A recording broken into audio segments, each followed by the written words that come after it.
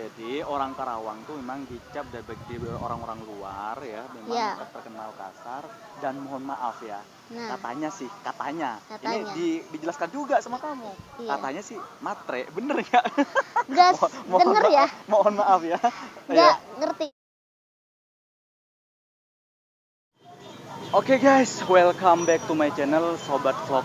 Tetap di situasi yang sama, yaitu di hari Minggu. Kita jalan-jalan ke Karangpawitan, Taman Karangpawitan, yaitu ya biasalah seperti istilahnya Car Free Day ya guys. Biasanya kan di Weekend. tempat ini di jalan rayanya, jalur utamanya biasanya ditutup. Sama dengan di daerah saya, kalau lagi hari Minggu jalan utama ditutup sampai jam berapa biasanya. Ya kan? Iya, Di sini iya. lumayan sih rame banget ya. Meskipun lagi corona katanya, rame banget alhamdulillah. Iya. Rame. Jadi sekarang di vlog kali ini aku pengen ngobrol santai aja dengan Neng Yuli, yaitu Iya. dari ya orang Sunda. Sunda. Orang Sunda asli Karawang. Iya. Ya. Jadi dalam hal ini mau ngobrol dan juga tanya-tanya karena dia orang Sunda, pasti aku pengen tahu dan siapa tahu nanti jodoh aku orang Sunda. Asik. Amin. Aja.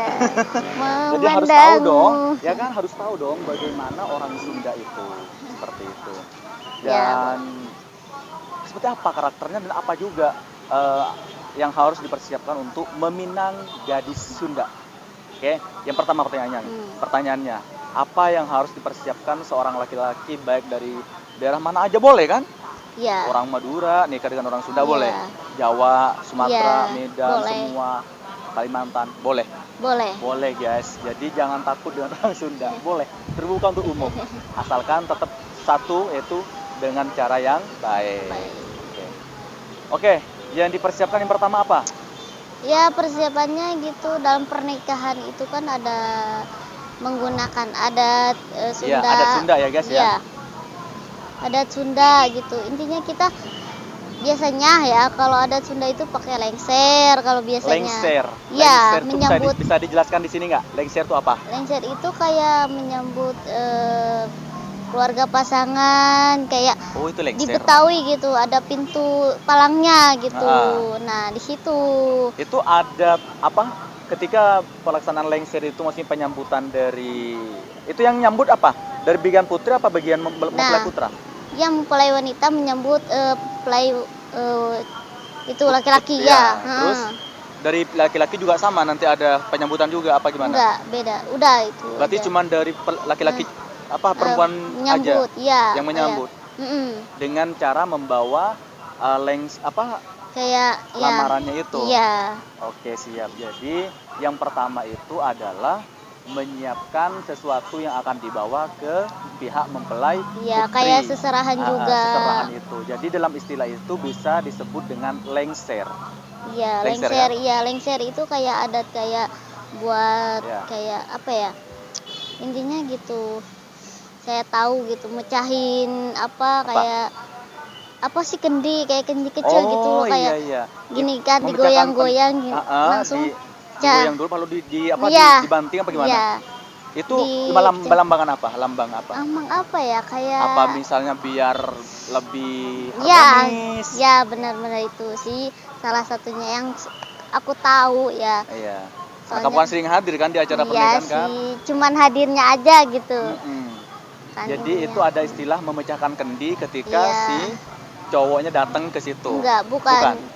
Ya kayak disatuin kayak sungkeman, disatuin gitu maksudnya. Sungkeman sama yang kayak adat gitu. Terus kayak burung kayak gitu, burung langsung terbang gitu ya. Dilepas, itu salah satunya juga gitu. Oke. Itu yang dipersiapkan dalam untuk meminang gadis Sunda. Itu ada serahannya guys yang disebut dengan nanti ketika kalian itu datang ke pihak mempelai putri itu ada istilah lengser disambut ya guys. Disambut dengan istilah seperti karena tahu nanti bisa. Saya tahu, setahunya saya gitu. Karena ini kan sering hadir ke undangan tapi nggak tahu kapan yang mau ngundang. Insya Allah kalau ada jodohnya. Terus yang berikutnya adalah tipe orang Sunda itu yang diinginkan kepada laki-lakinya apa? Yang bagaimana? Coba jelaskan. Terutamanya ya semua wanita yang dipengen kan pasti tahu ya dari pasangan kita apa. Yang terutamanya baik juga, bertanggung jawab juga. kerja keras, mandiri, mandiri. gitu. Terus ya dia tahu lah ya, bisa membimbingnya lebih baik. Cowok itu kan sebagai pemimpin dalam rumah tangga gitu. Kita harus sebagai wanita harus patuh juga gitu sama pemimpinnya. Karena nggak ada pemimpin kan kita nggak bisa apa-apa gitu. Betul. Iya kan? Betul. Berarti yang menurut ini versi Ning Yuli ya, Iya. orang Sunda itu terus baik, mandiri, bekerja keras dan bertanggung jawab, taat agama juga sih terutama. maksudnya agamanya bisa guys, maksudnya tahu, ngerti gitu guys ya. Gitu. Bagaimana Anda bisa menjadi seorang imam kalau Anda sendiri tidak tahu agama, kan seperti itu? Iya, benar. Ya. Bagaimana Anda itu bisa membimbing makmumnya kalau imamnya nggak tahu? Ya tentunya dalam agama, ya seperti dalam hal sholat, dalam mengarahkan kebaikan. Oh ya sayang, ini nggak boleh. Ini nggak boleh dosa gitu. Jadi mengarahkan seperti itu. Malah jangan ketika nanti menikah, malah istrinya diarahkan ke hal-hal yang tidak. Mohon maaf ya, sempat terjadi viral beberapa waktu yang lalu. Itu ada ya di daerah Indonesia, saya tidak menyebutkan daerahnya di Jawa Timur atau Jawa mana, saya nggak mau menentukan itu karena ini bersifat privasi. Jadi itu ketika ekonomi mungkin mulai mendesak ya, kebutuhan keluarganya mulai makin banyak numpuk, maka istrinya dipromosikan di sosial media guys. Istrinya loh guys dipromosikan di sosial media. Itu tentunya juga membutuhkan dibujuk terus biar mau gitu kan, dan akhirnya pun mau karena cinta istrinya kepada suaminya, dijual lah guys dengan harga yang luar biasa seperti itu. Jadi banyak yang terjadi yang seperti ini. Ketika ekonomi dalam keluarga sudah mulai ruwet ya, tidak ada uang, makan pun susah, tentu jalan alternatif yang lebih mudah mungkin jual diri atau jual istri. Itu itu nggak boleh. Semoga tidak terjadi ya guys. Makanya itu perlunya adanya sebuah pengetahuan agama. Yang kedua mungkin ya harus kerja keras. Jangan nanti istrinya suruh kerja yang seperti itu. Intinya ketika orang perempuan kerja keras itu guys, kita kan ini kan ngomong gini, yang diantaranya harus bekerja keras. Jadi suami harus kerja keras, istrinya jangan tiduran di rumah. Bukan, tapi harus mendukung, mensupport segala kegiatan suami. Misalnya nih, contoh gimana? Contohnya gini, kalau istrinya gitu, misalnya nggak mungkin lah ya diam di rumah, tapi kan pengen ngasilin uang, kita kan bisa jual online, jual baju, jual sepatu. Sekarang udah canggih ya. Jadi cara istri itu membantu suami mungkin dengan jualan online mungkin ya, atau buka toko di rumah kecil-kecilan seperti itu. Jadi biar dari kedua mempelai ini ada pemasukan ya. Jadi imbang istilahnya. Jangan hanya bilang saya mau si Akang kerja keras, saya cuma tidak di rumah, nggak bisa. Nggak bisa kayak gitu. Nggak mungkin. Jadi jangan nanti suaminya udah nggak mampu lagi untuk kerja keras malah ditinggalin. Jangan kayak gitu, karena intinya ya harus saling mensupport satu sama lain. Ya saling mendukung lah dalam keadaan apapun gitu. Kita harus banyak bersyukur lah, hidup itu nggak perlu jadi gini, neko-neko gitu.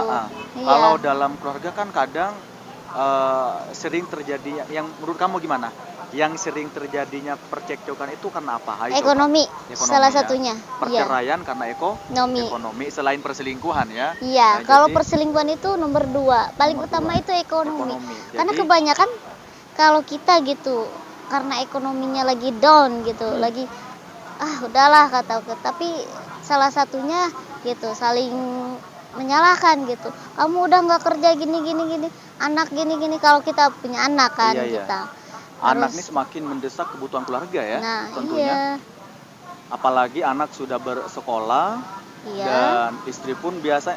Kalau emang bener nggak seorang istri itu ada belanja bulanan apa gimana? Bener apa tidak ini?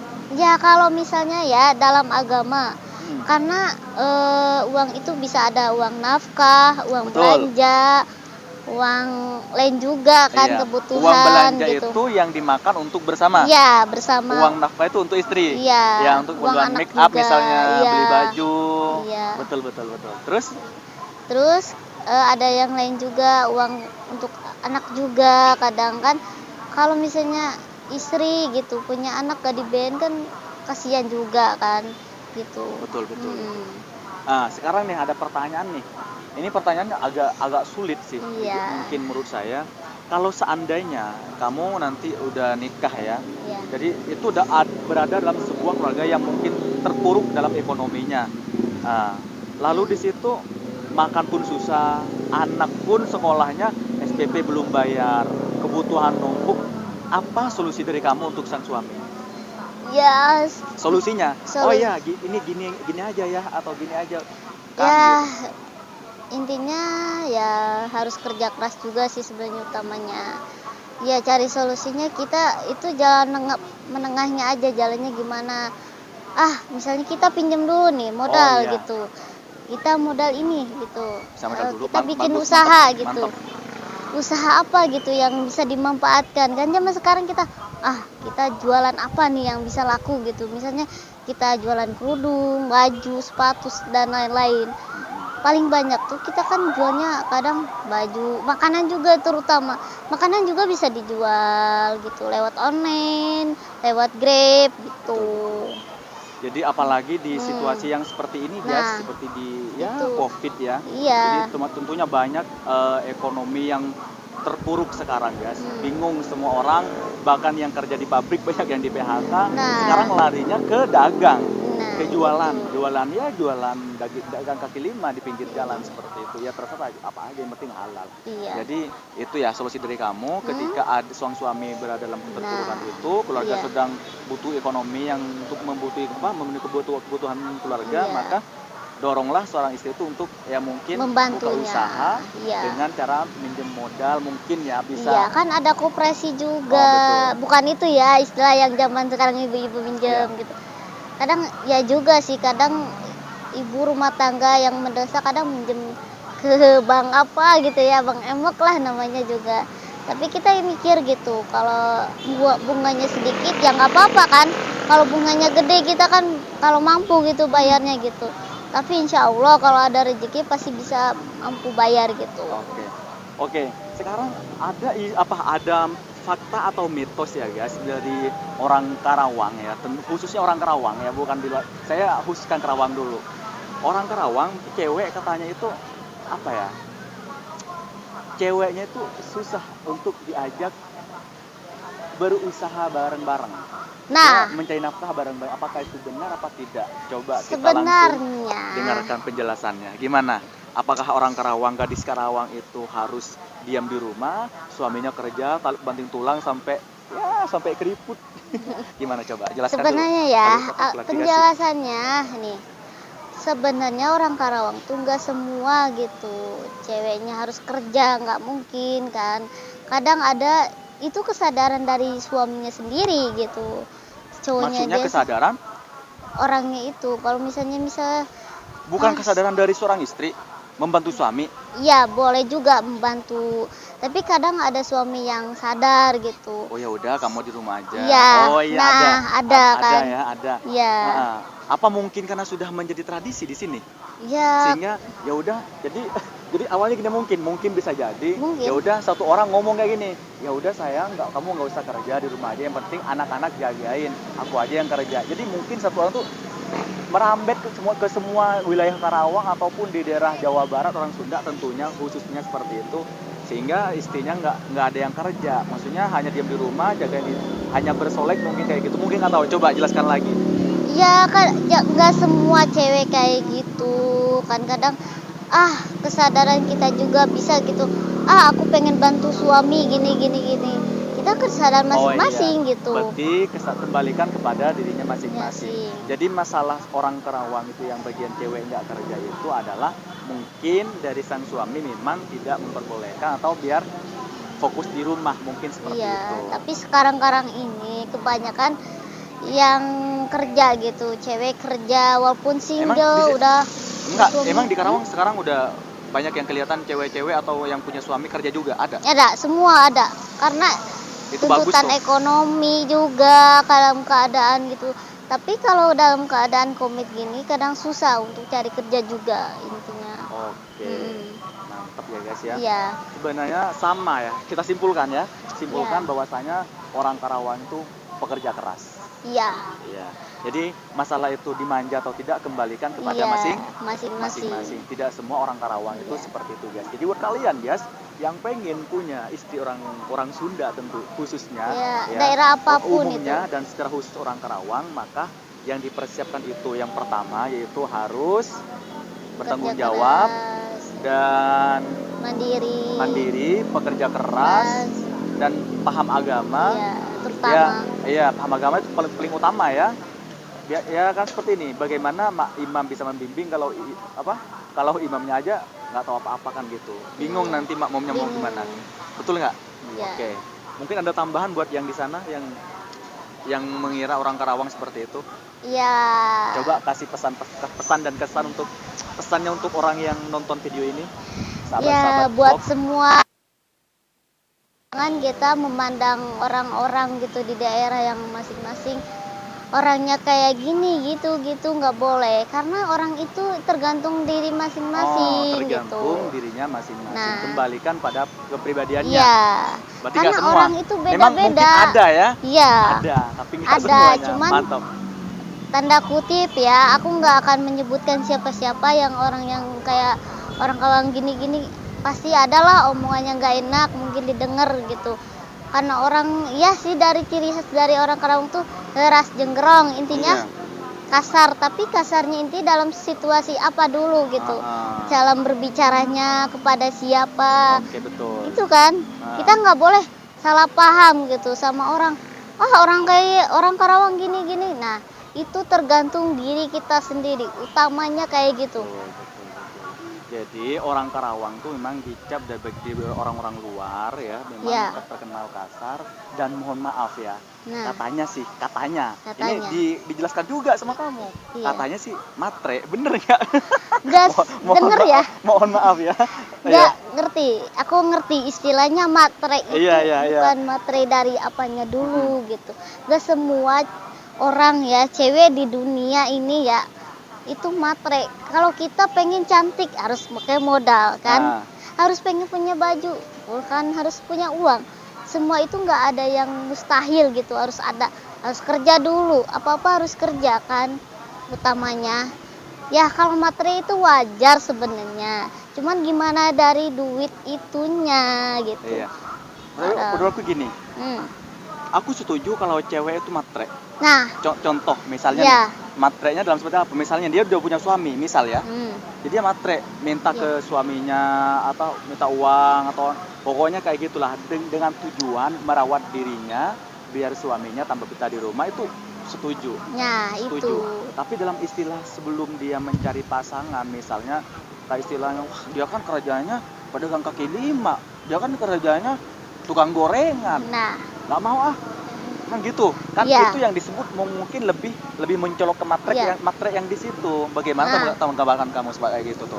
iya kadang ini orang gitu. Kan cewek kan kadang aku nggak mau punya cowok yang penjual gorengan gitu kan. Apakah gimana menurut kamu itu yang kayak gitu tuh? Ayo jelaskan tuh. Ayo. Iya kadang kan orang itu mandang itu Malu kan. nggak kira-kira? Kalau kamu nggak malu nggak? Enggak sih, sebenarnya nggak malu. Cuman kita kan harus memandang orang itu dari kepribadian. Karena pekerjaan yang kita lakukan itu kalau hanya sepositif itu pasti baik kita ke diri kitanya kan. Benar nggak? Betul. Nah, gitu harus berpikirnya harus positif, jangan negatif terus. Iya, karena cari kerja itu susah gitu. Susah. Lihat itu harus kita ke bawah itu harus lebih susah dari kita kan.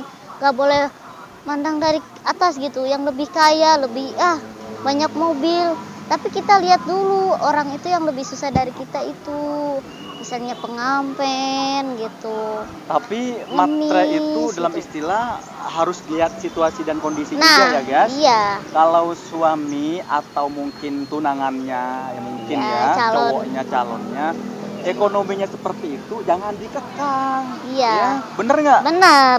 Harus sesuaikan dengan kemampuannya. Nah, iya. Jadi utamakan cinta, ya. Emang sih. Jangan utamakan materi. Iya. Tapi cinta itu memang gak cukup ya. Iya. Harus kerja keras. Karena Karena jangan membangun hanya rumah. ngomong cinta tapi Iya. nafkah nggak ada. Iya. Oh, mantap. Karena membangun rumah tangganya, kita harus sama-sama saling saling support bekerja lah. sama, saling melengkapi, saling Nanti mengasihi, ngomong berbagi. gini, yang aku mau bikin rumah, kita pakai apa ya? Ya udah pakai cinta aja yuk. Bisa Nah, nggak bisa ya? Nggak bisa. Harus pakai uang. Cinta Harus itu berarti harus pada sayangnya juga. Betul. Berarti cinta emang harus ada pada Iya. setiap manusia, tapi usaha dan kerja keras materi itu perlu untuk melengkapi cinta. Iya. Betul nggak? Jangan bilang materi ya, semua cewek itu materi nggak ada kayak gitu. Jadi ya. Materinya lihat dulu dalam hal seperti apa. Dan juga saya ingatkan nih, jadi materinya buat cewek-cewek lihat-lihat dulu dong. Ya, jangan disamain aja. Iya. Memang dulunya mungkin punya suami kaya, atau mungkin punya pacar kaya, atau mungkin punya pasangan calon yang kaya. Tiba-tiba dia tuh pindah ke orang yang biasa-biasa aja. Nah. Jangan disamakan, harus lihat situasi dan kondisinya. Oke, jadi sudah jelas ya guys, itu video dari kita, klarifikasi dari Ning Yuli, orang Karawang, Sunda asli. Itu orang Karawang itu tidak semuanya matre. Gak semuanya harus berbahasa kasar juga. Tidak semua orang Karawang itu berbahasa kasar. Jadi kembalikan kepada diri masing-masing. Oke, semoga dengan adanya vlog kali ini bisa bermanfaat dan bisa menjadi edukasi buat kalian. Oh iya ya seperti ini gitu. Bisa direka-reka sendiri. Dan terima kasih udah nonton video ini sampai selesai. Dan sekian video dari saya. Semoga bisa berjumpa lagi di video berikutnya bersama Ning Yuli. Insya Allah. Oke? Jangan lupa buat kalian yang baru nonton, baru mampir, subscribe dulu dan jangan lupa di komen ya guys, komen. Jangan lupa di komen ya guys, jangan di diem bawah ya. ini. Dan juga komen itu gratis, subscribe gratis dan juga ya semuanya semua gratis. Tinggal tulis aja.